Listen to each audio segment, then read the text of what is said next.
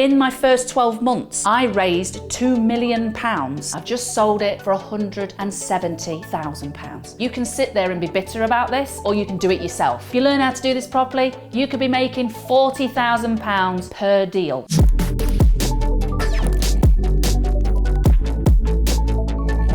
Hi everyone, I'm Katie Wilson and I've been in the property game now for coming up for 7 years. And in that time, I have built myself a substantial property portfolio and also a deal packaging business. So today we are in Cheltenham, in my office, in my house. This is where I run my property empire from.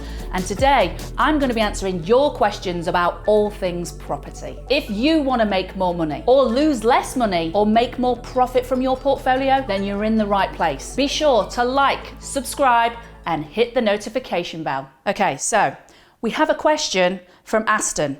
How do you go about finding investors? And it's a great question. The way that I have found investors, and I've built a database of over 3,500 highly qualified investors, is I use social media. So I post on Facebook, on Instagram, on LinkedIn, and I basically show that I'm active in property. I try to add value in what I'm posting. So I'm trying to teach people things they may not know. When people find that valuable, they start to like you, trust you, follow you, and then it gets to the point where they want to work with you. The other way to find investors is to go to networking events, progressive property networking event. It's called a PPN. If you check, you can find your local PPN event, go to those events, speak to the network host. They can connect you with the person that you're likely to be able to do business with. Make sure that your network host knows who you are and what you do. So any new people, they can refer them to you. I say have a 2-minute rule, which means that your aim is to talk to every single person in that room for a maximum of 2 minutes. And then what I do is I have a consultation meeting with my investors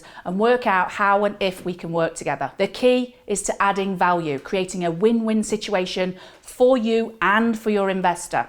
So that's my advice. So when I did my first deal, raising private investor finance, I basically raised that finance from posting on social media, LinkedIn to be specific. So I was posting on LinkedIn, and actually what I did was I used my current profile on LinkedIn. What that meant was that I already had an established network, and one specific person, an old boss of mine, offered me £200,000, just like that. Now that's because they watched me over a course of probably 6 months. So it took me 6 months from going from zero to raising £200,000. And I used that money to invest in buying my own portfolio and give my investor a return. He's now got all of his money back and interest, and I have now established my own portfolio, which has none of my own money in it. Now, in my first 12 months of trying to find investors so that I could invest in my own portfolio and give them a great return, I raised £2 million. If I can do it, you can do it as well. What a load of bollocks, David. We have a statement, more so than a question, from David, who believes that there's no such thing as no money down. I would completely disagree with that. I have not just built a portfolio with no money down, but I actively package deals with no money in. So you've either not done it or you don't know how to do it. In the most respectful way, the reality is you can absolutely do that. Am I going to need to pay legals to be able to acquire a property no money down? Yes, probably about 600 quid. Are you seriously telling me that you are, first of all, not going to do that deal? Or second of all, you can't afford to do that deal? Because I'm telling you now, anyone can raise £600 to buy a house that is going to appreciate in value and cash flow as well. Now that's buying. I package stuff no money down. The whole point of deal packaging is that it's no money in. If you have to get out your purse or your wallet, you are doing something wrong. So what I would say to you, David, is you need to understand this a little bit more to be able to understand that no money down does exist. Chris has basically called me a lightweight. If I think that that is bad, I have had zero experience. Okay, Chris, if you think I've had zero experience, what I suggest you do is you actually get off your arse and take a look at what I've actually done. And you can do that on Facebook by just stalking me out and having a look. I think the reality of me sitting in a £3 million house, having a substantial portfolio, which means I don't even have to get out of bed in the morning, and I make 6 figures a year from my deal packaging business, I think that says that I have some experience. There's always something to learn. I'm not that arrogant. I can admit that. But the reality is, I do have experience. And no, it wasn't the worst I'd ever seen. It was just a situation where I'd refurbished a property and it was brand new, and then the first tenant that came in wrecked it. No, it's not a bad situation. I've got hundreds of them. So if you want to come and walk around them, Come and meet me, I'll show you, and then we'll work out who's got zero experience. So that specific property as well that we went to view that was ruined by the tenant, bought it for 85 grand, spent just shy of 30 grand on it. I've just sold it for £170,000. And that's the key, you see, having the experience, buying at the right price to know that even if it goes wrong, I could rent it out to someone else, I can sell it. Does it matter? Not really. It's down to being educated and having an exit plan. Before I answer another question, if you are looking to get into property or you're looking to make more profit from the properties you've already got, then you need to download our free report. It's my gift to you. The link for the report is in the description below. Indigo has said, free house for refurbishment. Love what you're doing. You are my property mentor from now on. Indigo, get yourself educated. We can teach you how to do this stuff for yourself so you can make massive, massive cash flow and build a massive legacy. In order to do that, you must get educated so you do it properly. We are here to help you. So we've got a comment from Karsten. The more the crisis, the more money they can make. So the reality is, Karsten, you can sit there and be bitter about this and watch us all go and make money, or you can do it. You can do it yourself. The reality is we do make money because we're not there to just be nice to everybody and be here for free. But at the same time, the thing that you're not seeing is that we actually help people. I've done hundreds of deals where I have offered what people want for their property, knowing that I can add value to be able to make money. And that is where you are going massively, massively wrong. So if you can't see it, then you need to learn it. And the only way to do that is to get educated. So we've had a comment from Chris Walker. I'm going to call you out, mate, because I love what you've put here. Katie's by far the best I've seen talk on this subject. She's infectious. What I wouldn't give to shadow her for a month. Chris, add me to Facebook. We'll talk. Love you. Lots of love. I can't do that because I've got... Kristoff has basically made a statement to say that now is not the best time to buy and that we're looking in the next year or two to take a 10 to 20% decrease. Now, Kristoff, I don't know what crystal ball you've got, but if I can get one of those, that would be great. Because if we all had a crystal ball, we'd all be multi-millionaires. Do I agree with you? Yeah.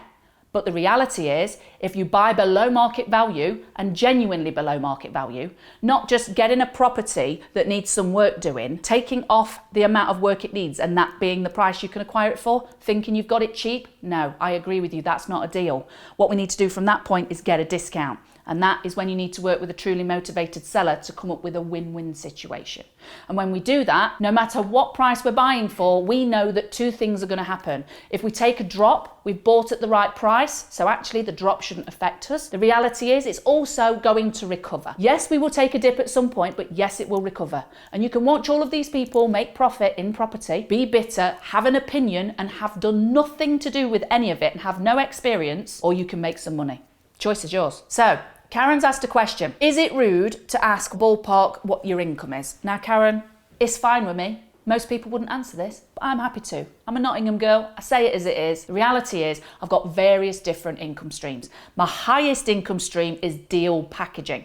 Now, just to explain in a sentence what that is, I'm finding a deal of value, either discounted or I'm going to add value by turning it into something high cash flowing, and I sell it to an investor for a fee, or I package it and do something creative with it where I make massive, massive cash flow. This month alone, we've done probably 4 or 5 deals.